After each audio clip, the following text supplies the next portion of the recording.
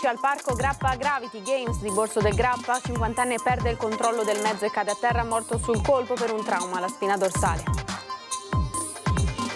Dramma sfiorato nella notte a Castello di Godego, dove un'intera famiglia, mamma, papà e 4 figlie, è rimasta intossicata dal monossido di carbonio, portati all'ospedale, sono ora fuori pericolo.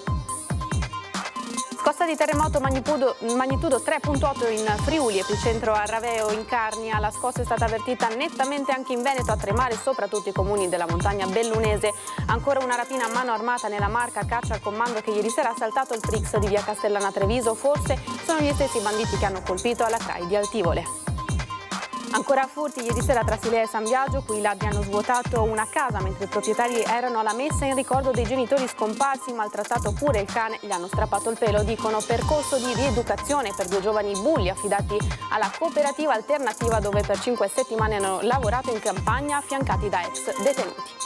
Documentario sui bambini del Donbass, polemica sulla proiezione aresana prevista domani. È filo russo, l'ambasciatore ucraino scrive al sindaco e al presidente della regione per bloccare l'evento. Previsioni di vento molto forti sul Veneto, nelle prossime ore allerta in Veneto, nella regione dalla mezzanotte di oggi fino a martedì, raffiche soprattutto su costa e pianura sudorientale.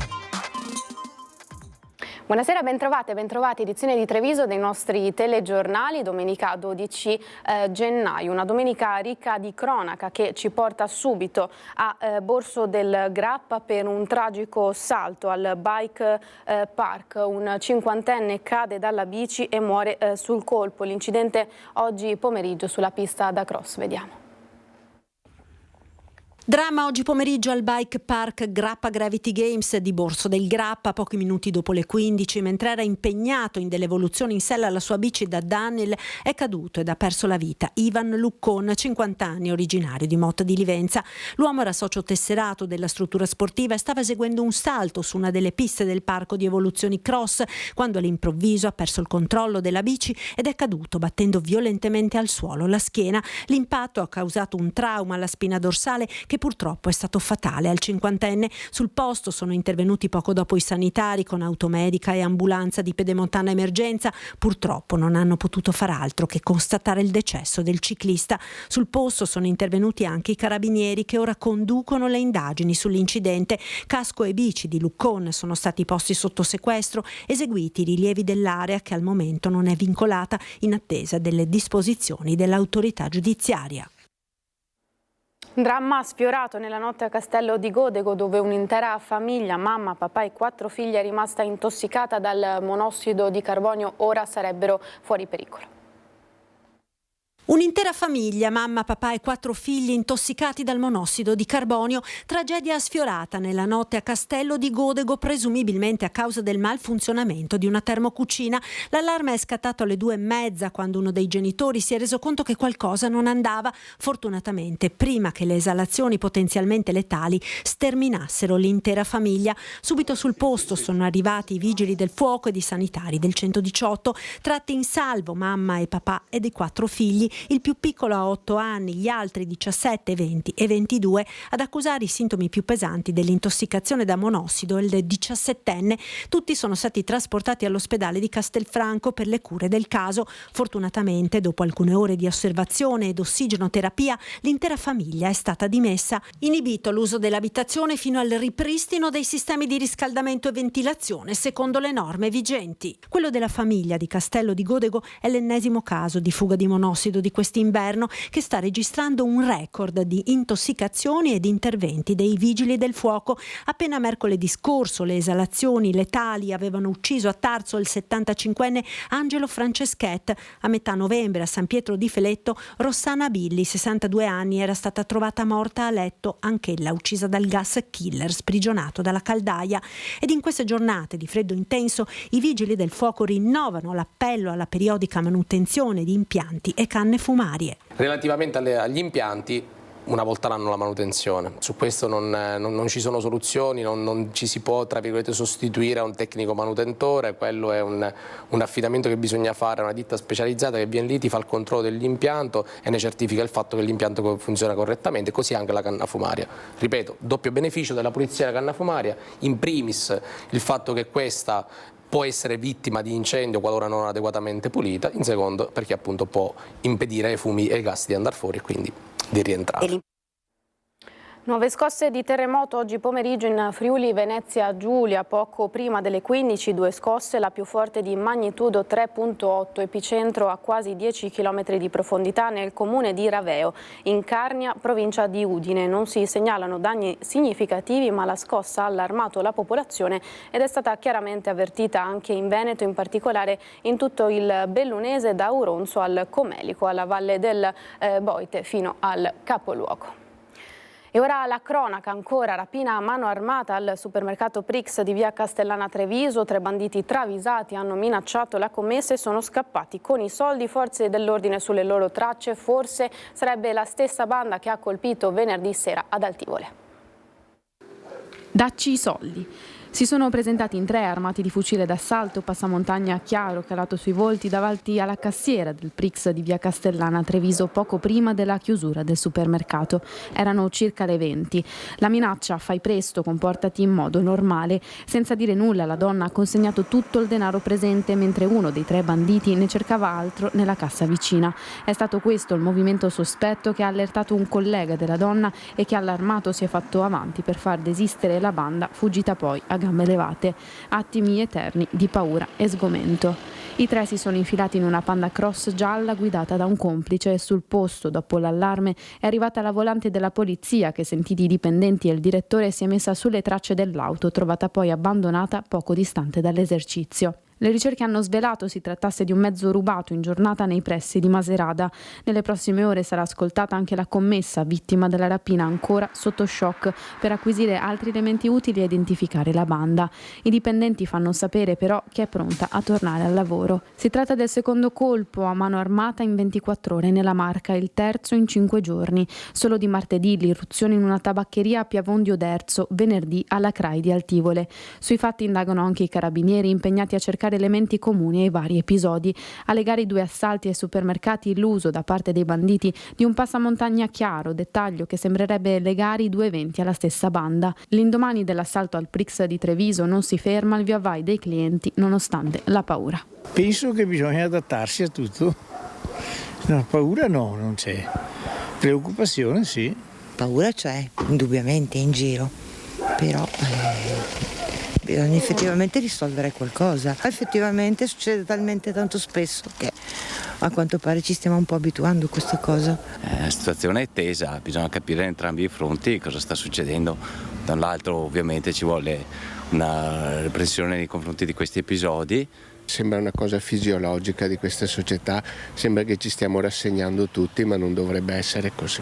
È da aver paura comunque, perché con le armi spianate sicuramente ti ha paura. Ormai non ci facciamo neanche più caso perché è talmente giornaliera la cosa.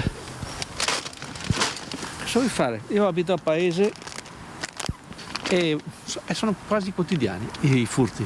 La gente ha paura, ma non succede niente. Sono venuti anche a me. Siamo andati a casa la sera, abbiamo tutto il suo quadro. L'importante è che non ti ammazzino. Ecco. La situazione sta peggiorando, io personalmente non mi sento né tutelato né protetto, va bene tutto. L'Italia è un popolo accogliente, meraviglioso, però ci sono i confini, il cittadino è la base della società. Scontenti noi, l'Italia va poco bene.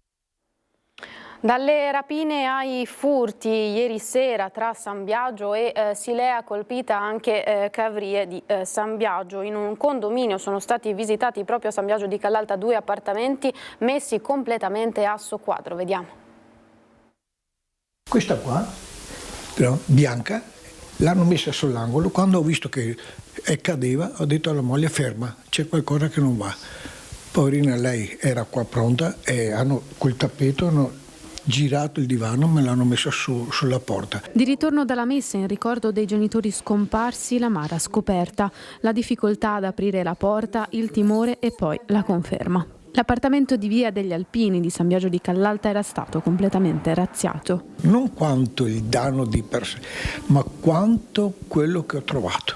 E poi mi sono trovato addirittura la porta d'entrata con il divano appoggiato per non entrare, perché loro volevano lavorare in tranquillità.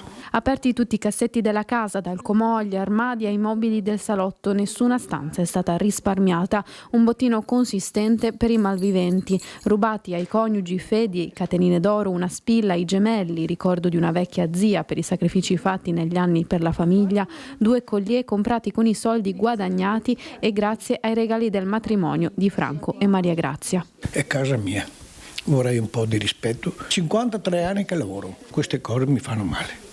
Mi sento ancora adesso un po' male. Entrati nel giardino del condominio, probabilmente scavalcando la rete che divide una fabbrica dai caseggiati. Arrivati dai campi circostanti, sui muri appena ridipinti, ancora le impronte di fango. Non il solo appartamento, quello della coppia, ad essere stato visitato. I ladri hanno provato ad entrare anche da alcuni vicini e fatto irruzione poi nell'appartamento accanto a quello dei signori, uscendo però a mani vuote. Tagliato il filo di una lampada a sensore di movimento. La paura per i coniugi per l'incolumità della loro cagnolina Diva. L'hanno strappata, l'hanno messa, magari anche la museruola, lo avranno messo chissà cosa o che gli hanno dato qualcosa perché con poco poverina si addormenta e magari dorme e sta tranquilla per non dar fastidio, perché per aprire tutte le cassette e tirar fuori tutto vuol dire che lei stava dormendo, era tranquilla. Penso che siano stati già giorni che loro lavoravano. Già ieri sera quando sono andato fuori, che lei mi ha seguito, erano già qua. Loro hanno visto che io sono andato a messa, lei mi ha seguito e si sono entrati. Il mio marito era a casa come la moglie del signore a fianco a casa nostra. Non abbiamo sentito niente, zero. Ho fatto sudori, sacrifici per comprarmi questi 4 muri, però trovarmi in queste condizioni. Sto male, sul serio. Quasi ogni giorno raccontiamo di atti vandalici, violenze e bullismo da parte spesso di giovani, bande e di minori, un fenomeno che alla cooperativa alternativa Ambiente pare abbiano dato risposta con un esperimento con protagonisti, proprio 2 minori violenti affidati agli educatori per 5 settimane di lavoro nei campi. Vediamo il servizio di Lucio Zanato. A me viene in mente quello che succedeva 40 anni fa con Eliano, quel progetto giovani, quando i ragazzi che combinavano casino li mandavano a lavorare con i rifiuti, li portavano a lavorare alla nettezza urbana e capivano subito come funzionano le cose. Erano questi i provvedimenti che venivano presi negli anni '80 per bulli, vandali e ragazzi fuori dalle regole. Poi la società è cambiata e con essa le nuove generazioni, con le quali oggi siamo costretti a fare i conti, che sono davvero salati guardando i fatti di cronaca che coinvolgono soprattutto bande di minorenni, ma anche in questa epoca c'è chi scommette sul ravvedimento di giovani sfrontati e violenti. Sono gli educatori della cooperativa alternativa Ambiente di Vascon che hanno sperimentato con successo un percorso di ravvedimento di 2 giovani segnalati dalle forze dell'ordine e letteralmente consegnati alla cooperativa dal comune di Carbonera. Quest'estate abbiamo accolto per 5 settimane 2 ragazzi di 14 e 15 anni appunto del comune di Carbonera e dopo le prime resistenze appunto hanno iniziato ad impegnarsi e hanno visto attraverso il lavoro nei campi l'opportunità che gli stavano offrendo, insomma quella di cercare di imparare da chi collaborava con loro, che aveva commesso degli errori a volte molto gravi, che l'opportunità, il poter cambiare era ancora nelle loro possibilità. Fagli capire a che cosa si va incontro quando si infrangono le regole, affiancandoli ad ex detenuti o a reclusi in regime di semilibertà. Le loro testimonianze hanno creato un forte impatto sui giovani bulli, che si sono dimostrati del tutto inconsapevoli delle conseguenze legate alle loro azioni. Oltre a questo, sottolineano gli educatori, di base c'è un'inconsistenza familiare tra genitori e tra questi e la scuola, cancellando di fatto all'adolescente ogni riferimento autorevole sul quale costruire la propria crescita. I nuovi modelli diventano così i coetanei più forti, più spregiudicati e infrangere le regole diventa un esercizio di autostima personale che poi crolla quando si entra nella spirale dei giudizi e delle condanne. Per la cronaca, dopo 5 settimane i 2 minorenni hanno ripreso il ciclo degli studi lasciando il liceo per un istituto tecnico che stanno frequentando con profitto. Una bella soddisfazione per gli educatori e una ricetta da applicare anche ad altri casi del genere. E solo sperimentando che un'altra possibilità c'è, questi ragazzi possano ritornare nella retta via, ecco, diciamo così. E l'esempio di persone che in passato hanno fatto certi errori molto simili ai loro può essere molto significativo. Ora alla politica, terzo mandato, nuovo stop di Antonio Tajani. In democrazia è bene che chi governa per 10 anni non si trasformi in padrone assoluto. Le parole del forzista, a cui fa eco nella Marca il sindaco di Conegliano Fabio Chies, coordinatore del partito. Ma io non la faccio una questione ad persona, per cui non è un blocco per una persona o per un altro, è un rispetto delle regole che oggi esistono. Ripeto, esistono anche per me, io non ho mai fatto una questione di terzo mandato per i sindaci, perché ritengo che i sindaci debbano rispettare le regole come tutti coloro che hanno un ruolo pubblico. Se poi si deciderà a livello nazionale di fare altri mandati, ne prenderò atto. In questo momento penso di svolgere fino all'ultimo giorno al meglio il mio mandato e poi vedrò cosa fare. 2 mandati bastano e avanzano sia per i sindaci di comuni al di sopra dei 15.000 abitanti sia per i presidenti di regione. Vale insomma per Conegliano così come per Palazzo Balbi. Fabio Chies parla nella duplice veste di primo cittadino del secondo comune più popoloso della Marca e coordinatore trevigiano di Forza Italia, terza gamba di una coalizione, quella del centrodestra, che proprio in Veneto potrebbe implodere in vista delle regionali sempre più probabili per l'autunno. La Lega infatti è tentata dalla corsa in solitaria e le parole della premier Giorgia Meloni pronunciate in conferenza stampa giovedì sull'opzione Fratelli d'Italia da considerare per il Veneto sono state interpretate dai più come una blindatura del prossimo candidato governatore.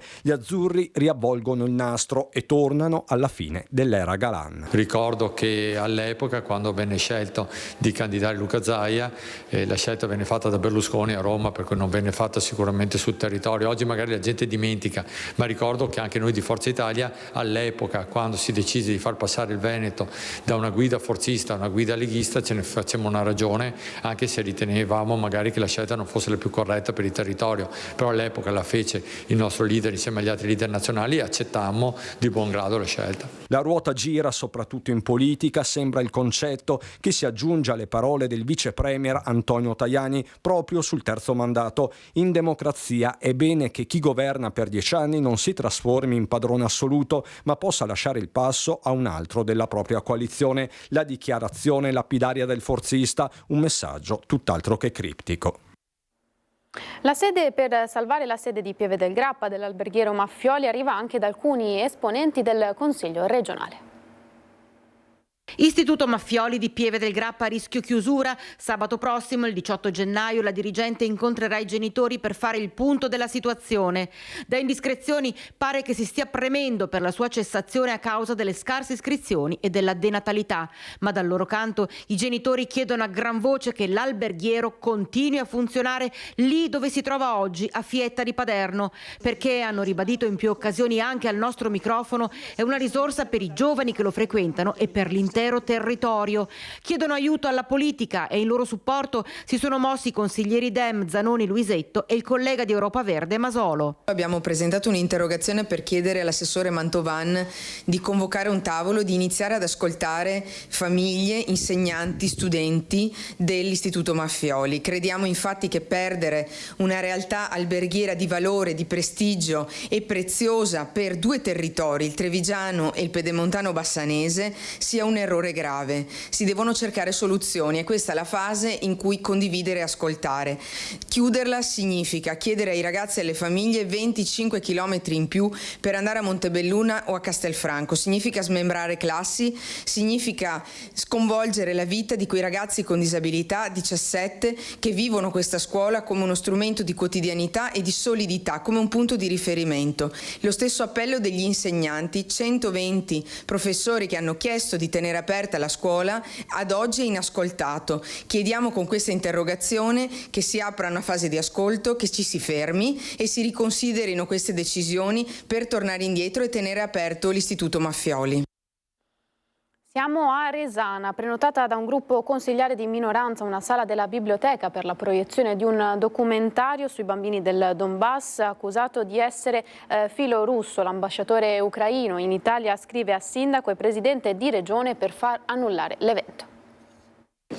Mentre a Roma il presidente ucraino Volodymyr Zelensky incontrava capo di Stato e di governo italiani, l'ambasciatore in Italia Jaroslav Melik inviava al presidente della regione Luca Zaia e al primo cittadino di Resana Stefano Bosa una missiva in cui viene chiesto esplicitamente l'annullamento della proiezione del documentario lunedì 13 gennaio nella biblioteca del paese I bambini del Donbass, prodotto, si legge nella lettera, di propaganda del canale filorusso Russia Today. Per ora non ho elementi per revocare, perché ripeto, per noi il comune è solo una concessione di una sala a un consigliere comunale, quindi non ho ancora elementi per revocare la sala.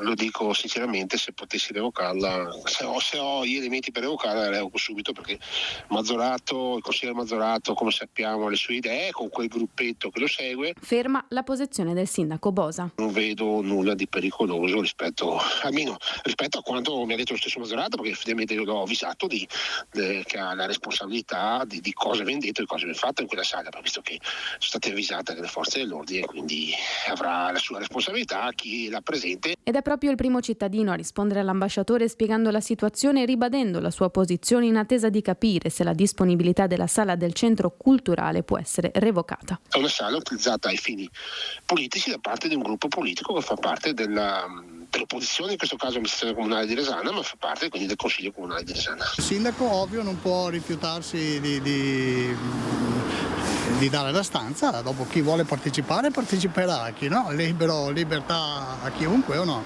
So che in passato ci sono state altre questioni che sembrano più la volontà di apparire piuttosto che una cosa di sostanza, quindi in questo caso qua io non ho commenti, non lo so.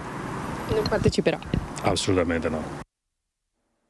Cambiano le abitudini dei trevigiani dopo l'entrata in vigore del nuovo codice della strada e l'inasprimento delle sanzioni. Sicuramente, anche perché comunque è importante quando ci si mette alla guida rispettare il limite imposto per legge, quindi assolutamente sì.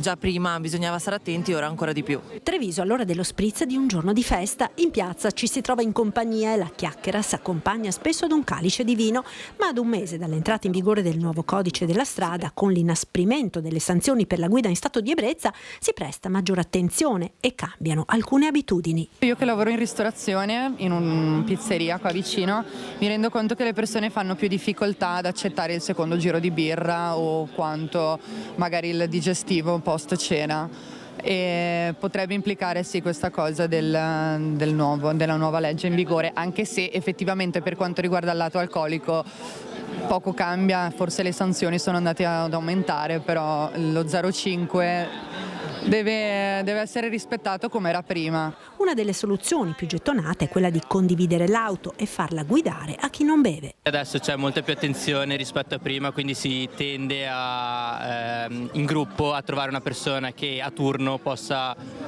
in qualche modo tutelare quello che adesso non è più tutelabile, no? È una persona, diciamo, che fa un sacrificio, poi a turno ogni volta si cambia e secondo me non pesa su quello che è la serata, ci si viene incontro. Uno non beve, quindi bisogna fare macchinate di gruppo, oppure se si beve qualcosa fuori ci si limita a un solo bicchiere e basta. Come prima si fa un po' più di attenzione, se qualcuno beve si sa che qualcun altro non berrà e guiderà l'altro, oppure si va a piedi, quindi diciamo è cambiato poco. Non bevo tanto e quando bevo non guido, e quindi di solito gestisco così, ecco, il bere e il guidare. Alla fine credo sia cambiato poco. Le forze dell'ordine svolgeranno sempre le loro attività e starà a noi comunque essere molto attenti a metterci alla guida, consci del fatto che abbiamo magari delle persone al nostro fianco e non certo spinti da delle pene più, se vogliamo chiamarle tali, esemplari. Secondo me la gente che beveva e si metteva alla guida prima continuerà a farlo. Chiaramente si tratta sempre della responsabilità civile di ciascun uomo, di ciascuna donna che si mette al volante, ma probabilmente secondo me questa riforma, questi piccoli cambiamenti, inasprimenti vogliamo chiamarli, non incideranno tanto nell'immaginario collettivo. È stato un avvio tiepido per la prima settimana di saldi. Partiti da una settimana nella Marca a macchia di leopardo, i saldi invernali 2025 non sembrano brillare come in passato. Nel mondo del commercio c'è moderato ottimismo per un periodo che dopo un Natale non proprio dorato potrebbe rappresentare un buon momento per le vendite, soprattutto da chi è in cerca dell'affare nel settore moda e calzature. Di certo le molte promozioni spalmate nell'arco dell'anno hanno cambiato il volto di quella che un tempo era una delle poche occasioni per risparmiare. C'è il discorso anche dei Black Friday che probabilmente interferisce in questa cosa, quindi sì, non vedo tanto afflusso. Comunque io ho comprato approfitto sempre di qualcosa, certo. In linea di massima poi durante tutto l'anno ci sono dei momenti in cui fanno sconti, venerdì e questo e quest'altro, quindi non è che dobbiamo aspettare proprio questi giorni qui, non è un grande evento francamente. Di solito noi andiamo sui soliti negozi che andiamo sempre e allora sappiamo che lì sono i veri sconti. Dopo altre cose, vedi il prezzo che cambia e allora non è che ti fidi molto. Ma più o meno sì, si trovano sempre le stesse cose, un poco risparmio, ecco. Sì, anche per me, non credo che ci sia grande convenienza, non credo. Abbiamo talmente tante cose nell'armadio che faremo un giretto, ma non so se compreremo qualcosa sinceramente. Le svendite effettivamente, se tu ti muovi un po', noi abitiamo tra l'altro vicino all'outlet, se ti muovi un po' abbiamo comunque sempre qualche occasione. La svendita in questo momento secondo me non si sente più con l'enfasi che magari poteva essere qualche anno fa, qualche periodo fa. Certo è ancora presto per abbozzare un primo bilancio vista la durata dei saldi che in Veneto termineranno a fine febbraio. Forse più di qualcuno aspetta gli ulteriori ribassi delle prossime settimane per spendere quei 138 euro che Confcommercio Nazionale stima come spesa media a persona per i saldi. Forse si aspetta la parte più bassa, la coda finale, ecco il momento, il clou, dove si abbassano di più. A partire dalle prossime ore il Veneto sarà interessato da venti di notevole intensità. Alla luce di queste previsioni il Centro Funzionale Decentrato della Protezione Civile del Veneto ha dichiarato lo stato di attenzione per vento forte sulla costa e pianura sud-orientale da riconfigurare a livello locale in fase operativa di preallarme o allarme a seconda dell'intensità del vento. Lo stato di attenzione è dichiarato dalla mezzanotte di oggi alle 9 del 14 gennaio. E ora noi ci fermiamo qualche istante di pubblicità, ci vediamo qui tra poco.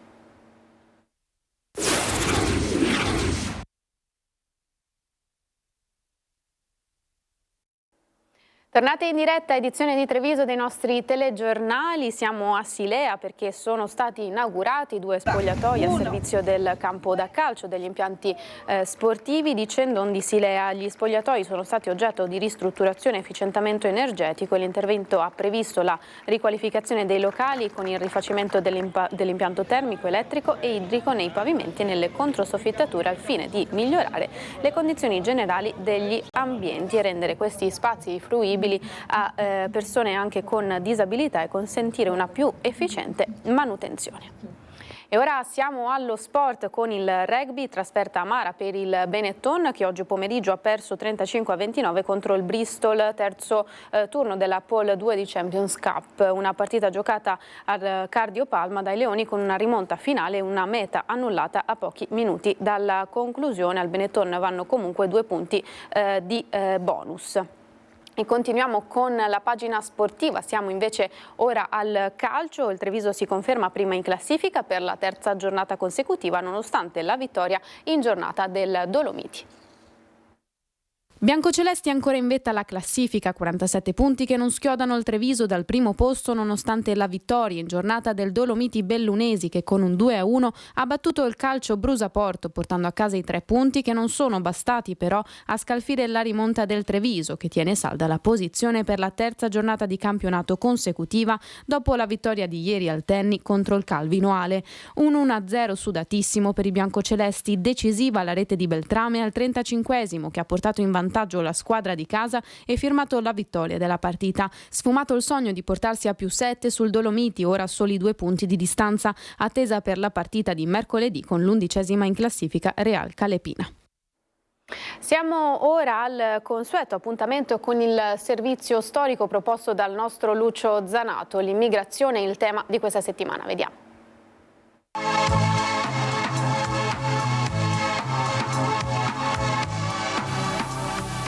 Quanti sono gli stranieri in transito o che si soffermano nella Marca? Un dato interessante ci viene dal passaggio di stranieri negli ultimi 3 mesi. Sarebbero circa 3.500 i cittadini di altri paesi che per un motivo o per l'altro sono stati segnalati alla questura di Treviso. Una cifra considerevole visto che il trimestre preso in considerazione non rientra nella fase turistica. Ma di stranieri che hanno richiesto di poter fare soggiorno nella nostra provincia, l'ufficio stranieri nell'85 ne ha contati circa 600, di quali un centinaio si sono fermati per ragioni di lavoro. Di questi ultimi la maggior parte proviene da paesi della comunità europea o comunque paesi occidentali. Pochi i cittadini dei paesi arabi. Fra questi, la maggior parte iracheni, si contano molti studenti che alloggiano in provincia e iscritti la maggior parte alla facoltà di architettura. Treviso offre anche l'opportunità di aggiornamenti di studio. Una comitiva di tecnici iraniani, per esempio, si trova nella Marca per un corso di studio presso un'industria specializzata in elettronica. Ovviamente per gli stranieri non turisti che devono raggiungere Treviso il problema maggiore viene rappresentato dai controlli alle frontiere. Alcuni marocchini, ad esempio, attesi per oggi presso un hotel cittadino, non ha potuto raggiungere Treviso in quanto rimasti bloccati alla frontiera. L'effetto Fiumicino evidentemente ha inasprito i controlli doganali, ma a Treviso, non dimentichiamo, è terra di stranieri abusivi. Lo scorso anno sono stati allontanati con foglio di via obbligatorio circa 200 cittadini stranieri, per lo più nomadi jugoslavi, ma anche marocchini, famosi venditori ambulanti di tappeti. Per finire un consiglio. Alla questura raccomandano di attendere con scrupolo alle norme in materia di stranieri. La cosiddetta legge sugli stranieri, approvata dal Consiglio dei Ministri in relazione all'inasprimento del terrorismo internazionale, apporterà alcune modifiche alla vecchia normativa, come l'obbligo di comunicare alla pubblica sicurezza, ora entro 8 giorni e non più entro 24 ore, le generalità degli stranieri cui si offre lavoro, ospitalità o alloggio.